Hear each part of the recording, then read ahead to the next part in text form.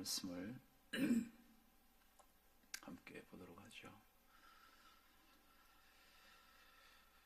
오늘 말씀 스가랴 9장 11절 12절 말씀을 읽겠습니다. 제가 가지고 있는 성경 구역 성경 1321면 스가랴 9장 11절 12절 말씀 함께 읽으시죠. 시작. 또 너로 말할진대 내 언약의 피로 말미암아 내가 내 갇힌 자들을 물 없는 구덩이에서 놓았나니 갇혀 있으나 소망을 품은 자들아 너희는 요새로 돌아올지니라. 내가 오늘도 이르노라. 내가 내게 갑절이나 갚을 것이라. 아멘. 한 번 더 말씀을 읽으시는데요. 하나님의 말씀을 여러분에게 직접 주시는 하나님의 말씀이라고 확신하시면서 말씀을 읽겠습니다. 시작. 또 너로 말할진대 내 언약의 피로 말미암아 내가 내 갇힌 자들을 물 없는 구덩이에서 놓았나니 갇혀 있으나 소망을 품은 자들아 너희는 요새로 돌아올지니라. 내가 오늘도 이르노라. 내가 내게 갑절이나 갚을 것이라. 아멘. 여러분 한 주간 잘 보내셨습니까? 얼마나 잘 보내셨습니까? 아주 대답이 잘 나와가지고요. 잘 보내신 걸로 믿고 감사합니다. 그러나 의외로 인생은 팍팍합니다. 살아가면 살아갈수록 가슴 속에 시린 일들이 자꾸만 쌓여갑니다. 쉬운 것 같은데 그러나 인생은 쉽지 않습니다. 자녀를 기르면 기쁨이 많지만 기쁨만큼이나 깊은 고통을 경험하기도 합니다. 인생은 결코 만만한 그런 것이 아닌 것 같습니다. 한때 유명 강사 섭외 1번이었다가 여러분도 아시는 대로 표절 문제 하나로 바닥까지 떨어져 버린 한 사람의 얘기가 다시 등장을 하게 되었습니다. 그가 그런 바닥에 떨어지면서 그리고 모든 방송에서 하차해야만 했고 그가 가지고 있는 기업의 수많은 일꾼들도 떠나버렸고 어디에도 불러주지 않는 정말 나락에 떨어진 인물이 되었죠.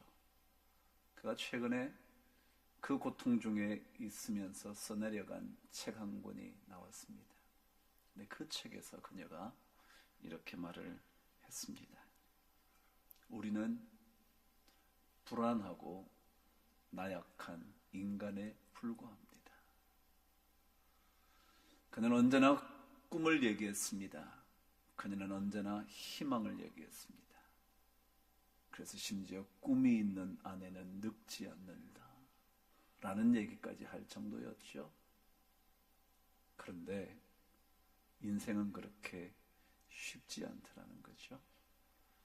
언제나 불안했고 아니 자기 자신이 잘 나가고 있을 때에도 불안했었고 그리고 나약한 인간에 불과했다는 것을 고통의 시간, 외로움의 시간 속에서 경험을 했다고 했습니다. 그녀가 이런 말을 적었더군요. 그날 밤 나는 논문을 펼쳤다. 한 줄 한 줄 다시 읽으며 무엇이 잘못됐는지 찾아 형광펜으로 밑줄을 긋고 빨간 펜으로 다시 고쳐 내려갔다. 일주일 꼬박 걸려 논문을 다시 썼다. 참 힘들었을 거예요. 좋은 인생인 줄 알았지만 언제 어떻게 될지도 모르는 인생이죠. 한번 광풍이 불어닥치면 어떤 선택조차, 어떠한 예측도 할 수 없는 것이 우리 인간이죠. 여러분 그렇죠? 한때는 그 사람 부르지 못해서 난리였던 기업들도 그의 이름조차 거명하지 않죠. 아니, 그 사람의 이야기를 하면서 비난하기 시작을 하죠. 그런 인생이 우리 인생입니다. 어떨 때는 사방을 둘러보면 모두가 벽인 것 같고 결코 허물어지지 않을 것 같은 철옹성처럼 우리를 둘러싸고 있죠. 빠져나갈 길 없는, 벗어날 수 없는, 완전히 갇혀버린 인생 같죠. 출구를 찾을 수도 없고 비상구조차 발견할 수 없는 그런 인생이죠. 그런 인생을 향하여 오늘 하나님께서 말씀해 주시는 것 같습니다. 제가 한번 읽어볼 테니까 들어보시죠. 또 너로 말할진대. 이 얘기는 뭐냐면 너에 대하여 말한다면 그런 뜻입니다. 여러분에 대하여, 나에 대하여 말씀을 하신다면 이렇게 말할 거라고 주님께서 말씀하십니다. 내 언약의 피로 말미암아. 다시 말하면 주님과 우리가 함께 맺은 언약, 주님과 함께 내가 제사를 드리면서 피를 뿌렸던 그 언약의 피로 말미암아 내가 내 갇힌 자들을 물없는 구덩이에서 놓았나니 갇혀 있으나 소망을 품은 자들아 너희는 요새로 돌아올지니라. 내가 오늘도 이르노라. 내가 내게 갑절이나 갚을 것이라.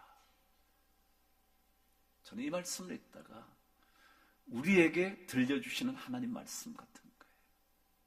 사방으로 갇혀 있는 듯한 느낌. 어디로 가도 막혀 있는 것 같은 그런 경험. 가정에서도, 때때로 일터에서도, 그리고 현재 우리 교회가 겪는 그런 경험에서도 갇혀 있는 듯한 인생, 나갈 길 없는 것 같은 인생,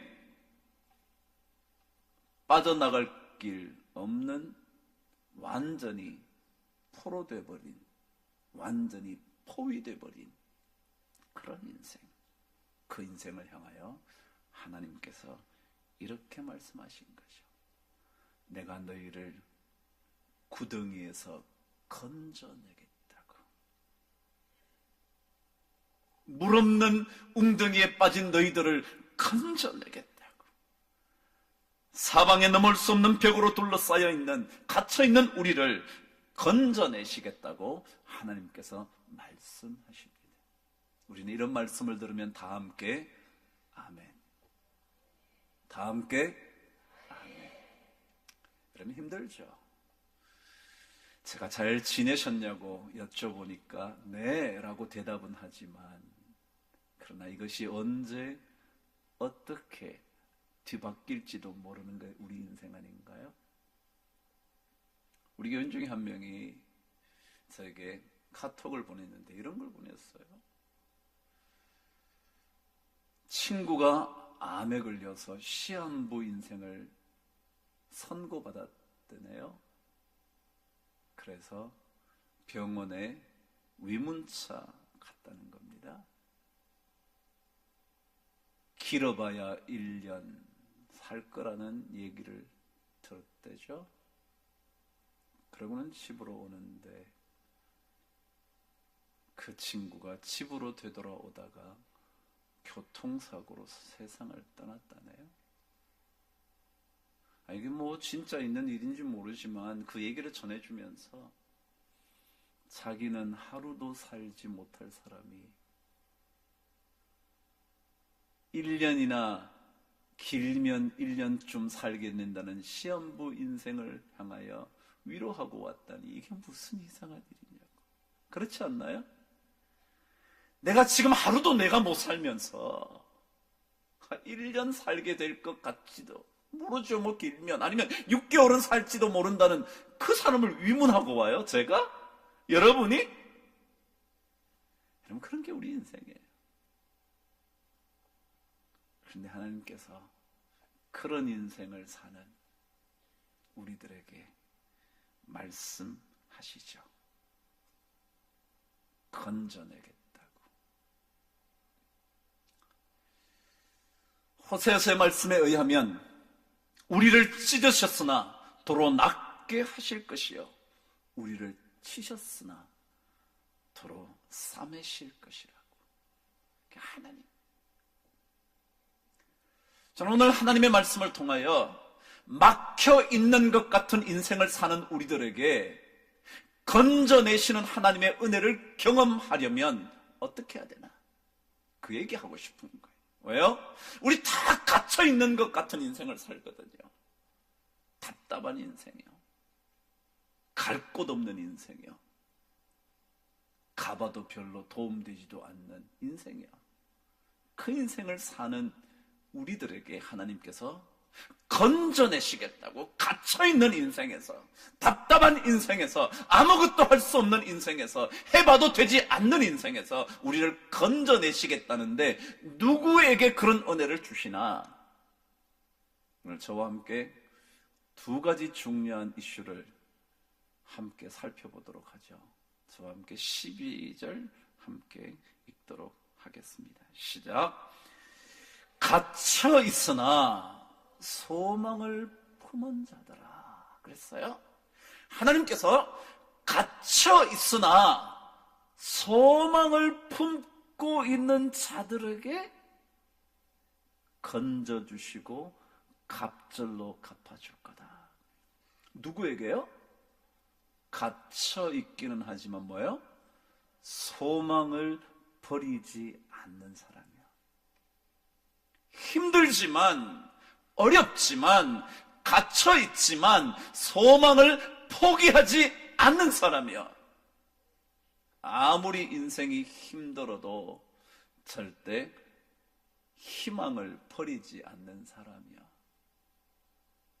갇혀 있으나 소망을 품은 자들아. 여러분, 아무리 우리 인생이 갇힌 듯해도 소망을 품고 살아야 합니다. 소망을 버리지 말아야 합니다. 제가 조금 전에 서울에서 얘기했던 그 사람의 얘기는 계속 이렇게 이어졌습니다. 불행의 밑바닥에서 나는 소중한 한 가지를 발견했다. 그것은 바로 나는 그래도 살아있다는 절대 명제였다. 살아있음으로 인하여 생긴 고통은 살아있음으로 인하여 치유될 수 있다는 것을 사무치게 깨달았다. 뭐요? 살아있기 때문에 고통스러운 것, 살아가다 보니까 너무도 사방에 막혀있는 벽들을 많이 만나게 되지만 그럼에도 불구하고 살아있어야 치유받을 수 있다는 사실. 여러분, 힘들다고 삶을 내려놓으실 수 없잖아요. 소망을 포기할 수 없잖아요. 희망을 버릴 수 없잖아요. 갇혀있지만 소망을 품고 살아야 합니다. 답답하지만 소망의 줄은 붙잡고 살아야 합니다. 힘겨워서 어쩔 줄 몰라 인생 모두를 던져버리고 싶어도 소망의 닷줄을 절대로 놓치지 말아야 합니다. 왜냐하면 소망을 품고 있는 그 사람에게 갇혀있지만, 힘들지만, 고통스럽지만, 그럼에도 불구하고 소망을 품고 있다면 반드시 하나님께서 건져주시고 치유하여 주시고 갑절로 갚아주실 것이기 때문에 그렇습니다. 성경도 말합니다. 소망을 품고 주님을 섬기라고. 소망의 하나님께서 언제인가 우리에게 갚으실 것이라고. 그래서 사도 바울은 그의 로마서 그 유명한 모든 이야기, 모든 하나님의 가장 중요한 복음의 마지막을 15장에서 이런 기도를 하면서 정돈을 하는 겁니다. 여러분, 수많은 복음의 핵심의 진리를 막 설명해서, 그런데도 그 마지막은 이렇게 정돈이 되죠. 소망의 하나님이 모든 기쁨과 평강을 믿음 안에서 너희에게 충만하게 하사 성령의 능력으로 소망이 넘치게 하시기를 원하노라. 여러분, 로마서만큼 탁월한 신학적인 논증이 없답니다.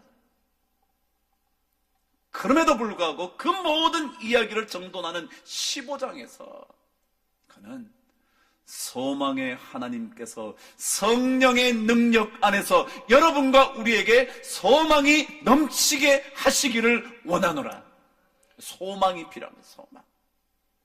아무리 힘들어도 우리가 배운 것은 없어도 우리가 할 수 있는 능력이 별로 없어서 갇혀있는 듯한 인생을 살아도 소망은 놓치지 말아야 한다. 소망의 끈을 붙잡고 살아있으면 반드시 치유될 거라고. 여러분, 갇혀있다고 생각될수록 소망을 품으십시오. 힘들다고 느껴질수록 소망의 줄을 꽉 붙잡고 계십시오.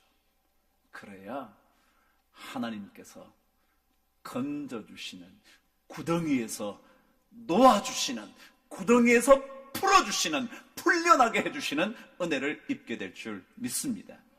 그런데 오늘 성경은 그 소망을 붙잡으라고 말씀하신 하나님께서 두 번째 말씀하시는 것이 등장합니다. 12절 다시 한번 저와 읽겠습니다. 시작. 갇혀 있으나 소망을 품은 자들아, 너희는 요새로 돌아올지니라. 두 번째가 뭐라고요? 요새로 돌아오래요. 그럼 요새가 뭔가요? 요새요?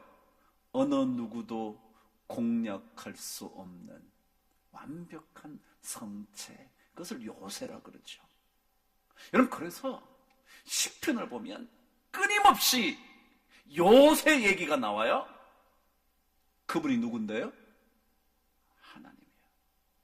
하나님은 요새시요, 여호와는 나의 반석이시요 나의 요새시요 나를 위하여 나를 건지시는 자시요.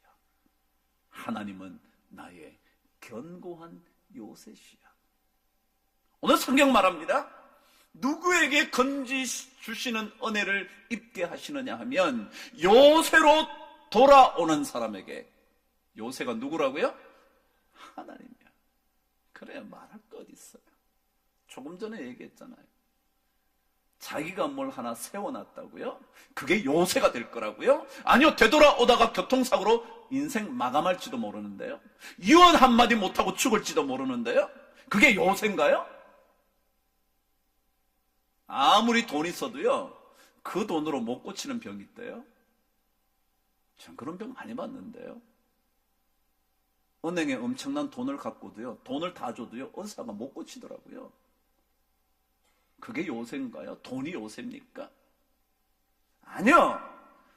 성경은 말합니다. 여호와는 나의 반석이시요 나의 요새시라고. 사무엘하 22장 2절에 보면 다윗이 블레셋과의 전투를 승리로 이끌고 난 다음, 아니 어쩌면 그 모든 나라들 주변의 국가들과 싸움을 하고 이긴 다음에 승전가를 부르는 게 사무엘하 22장입니다. 거기에서 그가 그런 고백을 하죠. 제가 방금 읽어드린 대로 여호와는 나의 반석이시여 나의 요새시라고, 나를 위하여 나를 건지시는 자라고. 여러분, 요새는 다른 곳에 있지 않습니다. 하나님께 있습니다. 그래서 너희는 요새로 돌아올지어다. 하나님께로 되돌아가는 그 사람이 바로 건짐을 받는 하나님의 사람 될 줄 믿습니다. 그래서 호세아서 6장은 그 유명한 얘기를 이렇게 하죠. 한번 찾아보실래요? 호세아서 6장이요. 호세아서는 조금 스가랴보다 앞에 있습니다. 호세아 6장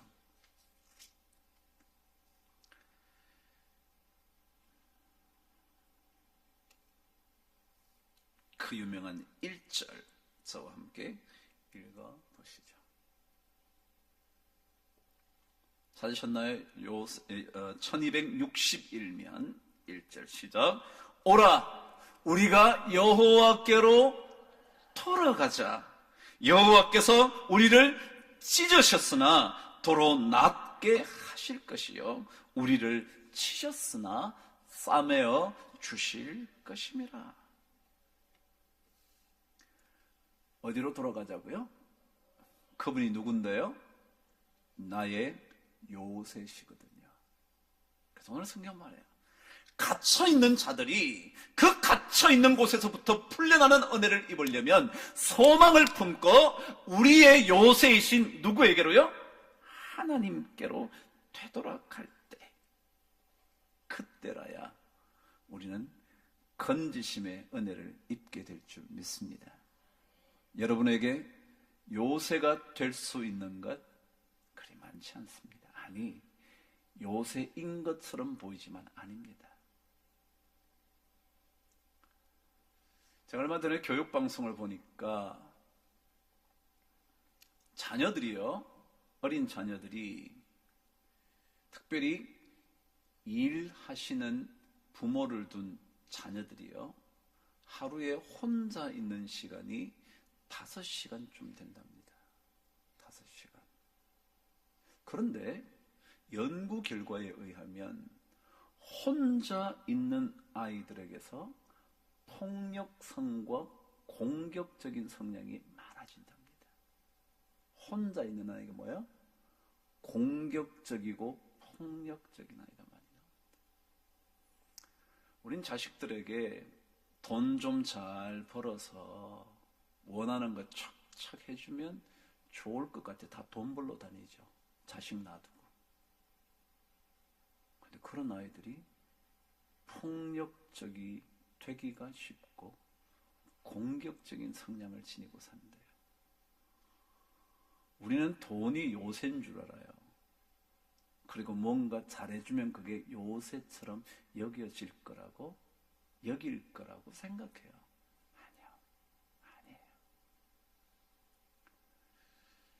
여기 혹시 자식 내버려 두고 돈 열심히 버는 부모님 계시나요? 저도 뭐 그 중에 한 사람이겠죠. 목회한다고 자식은 뭐 돌볼 일이 없죠. 근데 그거 좋은 일 아니더라고요. 좋은 일 아니에요. 여러분 너무 돈 벌러 다니지 마세요. 여러분은 돈을 가지고 자식들에게 잘해주면 그들에게 든든한 요새가 되어줄 거라고 생각하실지 모르지만 아니에요. 절대 아니에요. 오늘 성경은 말해요. 너희는 요새로 돌아올지니라. 누가 요새냐면, 무엇이 요새냐면 돈이 아니고요, 뭔가 넉넉하게 공급해주는 그 무엇이 아니고요, 성경은 말합니다. 여호와 그분이 우리의 요새시라고. 그래서 그분께 돌아가야 됩니다. 그분께 돌아가면 그분은 반드시 해결합니다. 자, 그렇다면 우리가 그분께 되돌아가면 건져주신다는데 왜 그분이 건져주시나? 왜 우리가 건짐을 받는가? 그 첫 번째 이유 하나 들어보시죠. 오늘 말씀 11절 다시 한번 읽어보도록 하시죠. 11절 다시 한번 가보실래요? 스가랴 11절 찾으셨나요? 자, 읽어보실까요? 시작. 또 너로 말할진대 내 언약의 피로 말미암아 내가 너를 구덩이에서 건지겠다는 거예요. 내 언약의 피. 다시 말하면요, 하나님께서 우리와 맺은 언약은 절대로 변하지 않기 때문에, 하나님은 그 언약을 잊지 않으시기 때문에 그 언약대로 그대로 하실 분이기 때문에. 먼저인가 제가 스가랴서 말씀을 전하면서 스가랴의 뜻을 말씀을 드렸습니다. 스가랴는 뜻이 뭐냐면 하나님께서 기억하신다라는 뜻입니다. 하나님이 뭐 하신다고요? 기억하신다.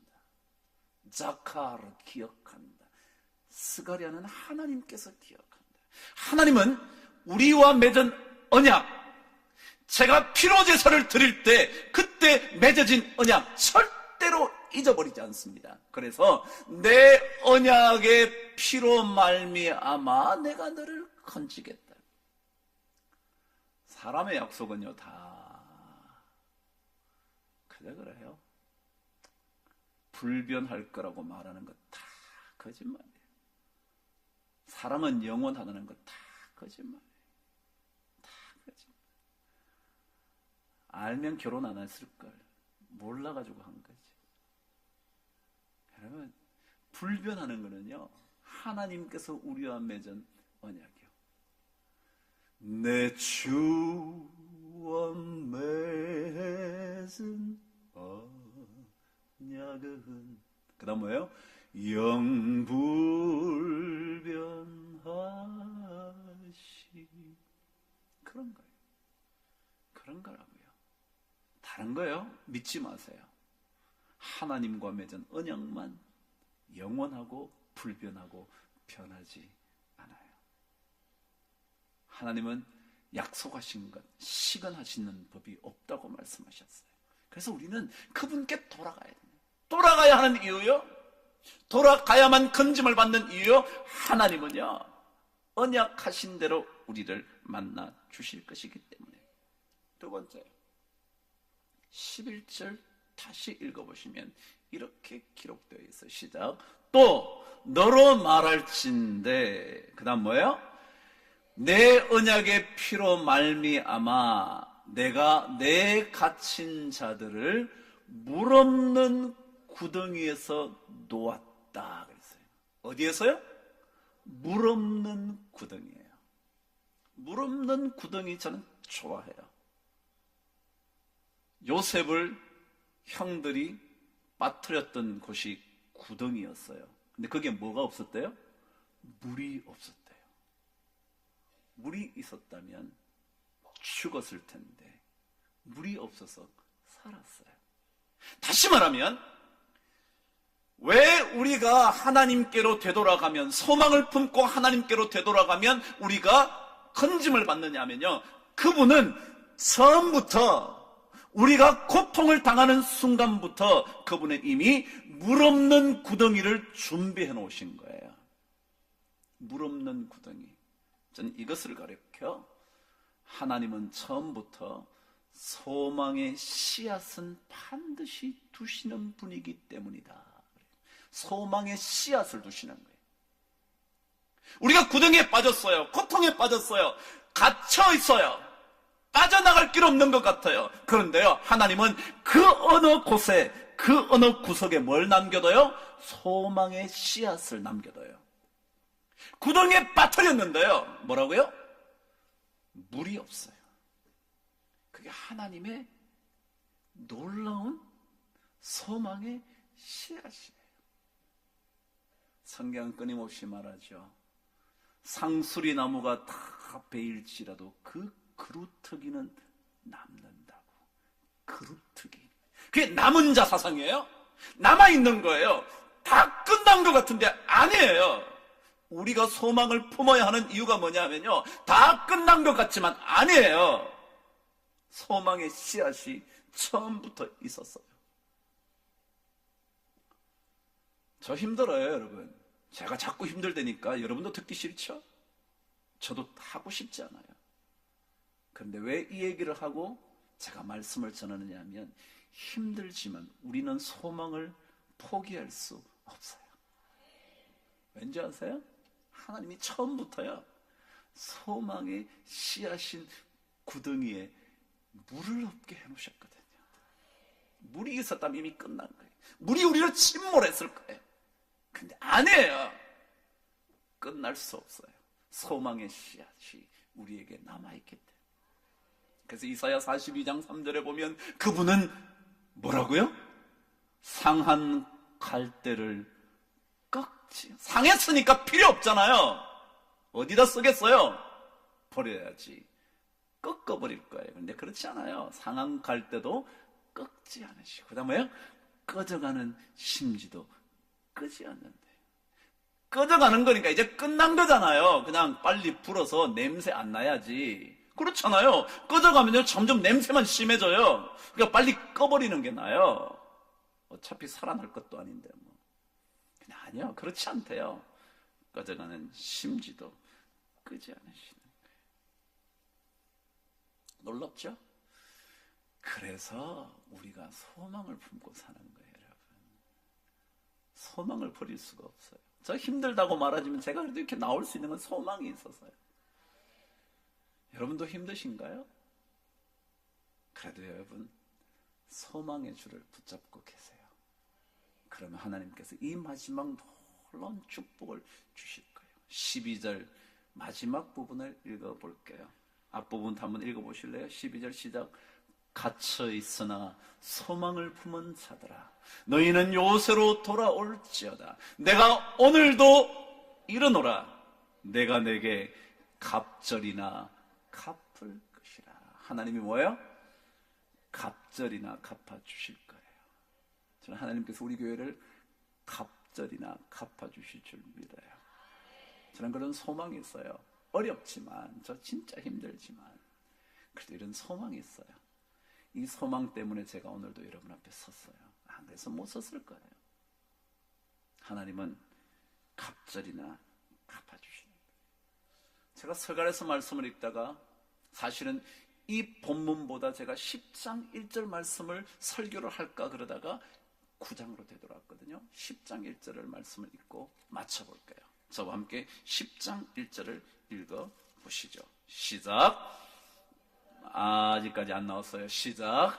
봄비가 올 때에 여호와 곧 구름을 일게 하시는 여호와께 비를 구하라. 무리에게 소낙비를 내려서 밭의 채소를 각 사람에게 주시리라. 제가 이 말씀을 설교하고 싶었어요. 이런 봄비 올 때에 그랬는데, 이 말은 사실 봄비 올 때라는 뜻이 정확하지 않고요. 뭐냐면 봄에 이런 뜻이에요. 봄에. 봄비 올 때가 아니라 봄 시즌에 그런 뜻입니다. 봄 시즌은 어떤 시즌이냐면 비가 올 수 있을 가능성이 많은 시즌이에요. 그렇죠? 그래서 이걸 번역을 하면서 봄비 올 때에 그랬어요. 근데 이게 봄비 올 때가 뭐라고? 봄 때에, 봄에 뭐가 올 수 있다고요? 봄비가 내릴 수 있대요. 근데 그때 뭐 하래요? 하나님께 비를 구해라 그랬어요. 봄비 올 때면 나도도 비 오겠죠? 아니요. 근데 성경 뭐라고요? 봄비가 오려고 하는 봄에 뭐 하라고요? 봄비를 하나님께 구해라. 그러면 하나님께서 봄비를 주시는데 뭐라고요? 무리에게 소낙비를 내려. 여러분, 제가 오늘 11절, 12절 읽었잖아요. 9장에. 그게 뭐예요? 내가 너희들에게 갑절이나 갚을 거래요. 저는 그 말씀을 믿어요. 봄비를 구했더니 하나님께서 더 넉넉한 소낙비를 주셨어요. 넉넉하게. 봄비는 많이 오지 않아요? 여러분 아시나요? 봄비는 쏟아지는 비가 잘 없어요. 조금 와요. 그래서 땅을 파서 파종을 할 만큼 와요. 그런데 하나님께서 소낙비를 넉넉하게 줘가지고요, 파종을 하고도 한동안 비가 없어도 씨앗이 안에서 자랄 수 있도록 해주신대요. 그게 하나님 은혜예요. 이게 갑절이나 갚겠다는 하나님의 말씀 같은 거예요. 그래요. 여러분 하나님께 구하셔야죠. 기도하셔야죠. 우리 기도하잖아요. 하나님께서 반드시 갑절로 갚아주실 줄 믿습니다. 우리 모두에게 넉넉한 소낙비를 주셔서 언젠가 밭의 채소를 먹게 하실 줄 믿습니다. 여러분 힘드신가요? 갇혀 있으신가요? 힘들어서 사방이 다 벽처럼 느껴지시나요? 이쪽으로 가봐도 안 될 것 같고 저쪽도 안 될 것 같은 생각이 드시나요? 그래도 그때 여러분 소망의 줄을 놓치지 않게 되기를 바랍니다. 정말 사도 바울의 기도처럼 소망의 하나님께서 성령의 능력 안에서 여러분 모두에게, 우리 모두에게 소망을 넘치게 하여 주시기를 간절히 축복합니다. 그렇게 되면 갇혀있지만 소망을 품은 자들에게 베푸실 하나님의 놀라운 은혜가 여러분의 것이 될 줄 믿습니다. 여러분 힘들지만 우리 함께 소망을 잘 품고 걸어가시게 되기를 주의 이름으로 축복합니다. 기도하겠습니다. 하나님 아버지, 우리에게 소망의 씨앗을 처음부터 심어주셔서 절대로 소망의 줄을 놓지 않도록 해주셔서 참 감사합니다. 하나님 아버지, 갇혀 있을수록 소망을 품게 하여 주셔서 갇혀 있을수록 더욱더 하나님께, 요새이신 하나님께 돌아가게 하여 주셔서 갑절로 되돌려받는 삶이 되도록 도와주시옵소서. 우리 모든 성도들에게 그런 은혜가 넉넉하게 임하기를 우리 주 예수 그리스도 이름으로 기도드리옵나이다.